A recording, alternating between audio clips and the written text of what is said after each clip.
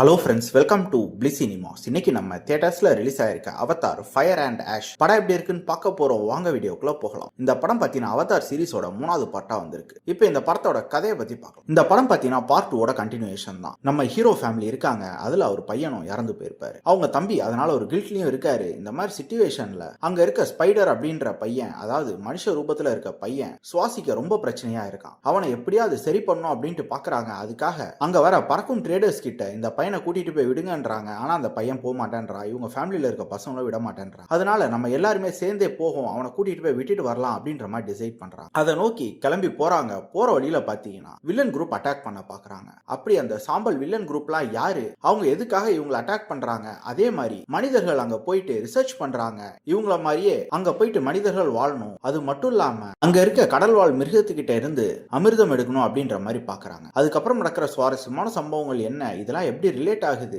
கடைசியில யாரு ஜெயிச்சா அப்படின்றது தான் இந்த படத்தோட மொத்த கதையே. இப்போ இந்த படத்தோட பாசிட்டிவ் நைட் பத்தி பார்க்கலாம். பாசிட்டிவ் கண்டிப்பா இந்த படத்தோட டெக்னிக்கல் ஆஸ்பெக்ட்ஸ் தான். ஒவ்வொரு ஃப்ரேமும் செம்மையா பண்ணியிருக்காங்கன்னு சொல்லலாம். அல்டிமேட்டா இருந்தது. அது இவங்க ஏலியன் வாழும் பகுதியை காமிச்ச விதமா இருக்கட்டும், மனிதர்கள் போய் ஆராய்ச்சி பண்ற இடமா இருக்கட்டும், எல்லாத்தையுமே ரொம்ப சூப்பரா தத்ரூபமா காமிச்சிருக்காங்க. அதுக்கேற்ற மாதிரியே விஎஃப்எக்ஸ், சிஜி எல்லாமே சூப்பரா பண்ணி கொடுத்துருந்தாங்க. 3Dயுமே நல்லாவே இருந்தது. அடுத்து பெர்ஃபார்மன்ஸ், படத்தில் நடிச்சிருக்க எல்லாருமே ஒரு நீட்டான பெர்ஃபார்மன்ஸ் கொடுத்துருக்காங்கன்னு சொல்லலாம். அதே மாதிரி இவங்க எடுத்திருக்க கண்டென்ட், மனிதர்கள் அங்கேயும் போயிட்டு உலகத்தை எப்படி அழிச்சு வச்சிருக்கோமோ அதே மாதிரி எல்லா கிரகத்தையும் அழிக்கணும்னு பாக்குறதும், அங்க போய் மனிதர்களை வாழ வைக்கணும் அப்படின்றது பாக்குற விஷயமும், அதுக்கு அங்க இருக்க அவதாரலாம் எப்படி தடையா நிக்கிறாங்க அப்படின்ற மாதிரி போர்ஷன்ஸ் சூப்பராகவே காமிச்சிருந்தாங்க. அதே மாதிரி இந்த படமே பார்த்தீங்கன்னா ஒரு ஃபேமிலி பாண்டிங் உள்ள படம் தான். ஒவ்வொருத்தருக்கு நடுவில் இருக்க ரிலேஷன்ஷிப் பாண்டிங்கை காமிச்சிருக்க விதமா இருக்கட்டும், தான் பசங்க எப்படி இருக்கணும் அப்பா ஆசைப்படுற விதமா இருக்கட்டும், இந்த மாதிரி பல விஷயங்கள் பார்க்கறதுக்கு நல்லாவே இருந்தது. இந்த படத்தோட நெகட்டிவ் பத்தி பார்த்தீங்கன்னா டியூரேஷன் தான். கிட்டத்தட்ட 3.25 மணி நேரம் கிட்ட போகுது. இதெல்லாம் இன்னும் கொஞ்சம் கிறிஸ்பா கட் பண்ணி எடுத்துருக்கலாம். அது மட்டும் இல்லாமல் படம் பயங்கர ஸ்லோ அண்ட் ஸ்டெடியா தான் போகுது. இன்னும் பல போர்ஷனை கட் பண்ணி இன்னும் கொஞ்சம் கிறிஸ்பா கொடுத்துருக்கலாம். ஆக்ஷன் போர்ஷன்ஸ் எல்லாமே தரமா இருந்தது கண்டிப்பா.